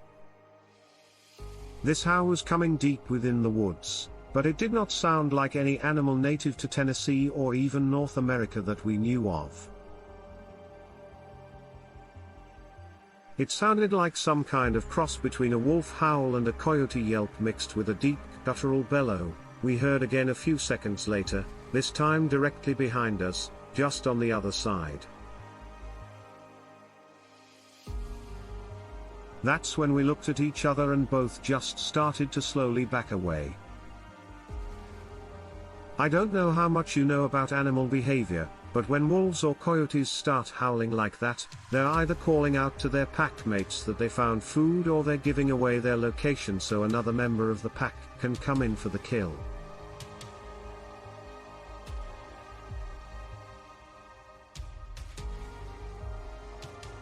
We kept moving back slowly, and as soon as we were far enough away to take cover, we got out of there. The next day I went back to see the deer carcass, and it was even in worse condition. Huge jagged teeth marks all over, is similar to what you might see on an alligator kill. This was no doubt in my mind. Whatever had made these wounds wasn't some kind of wild animal.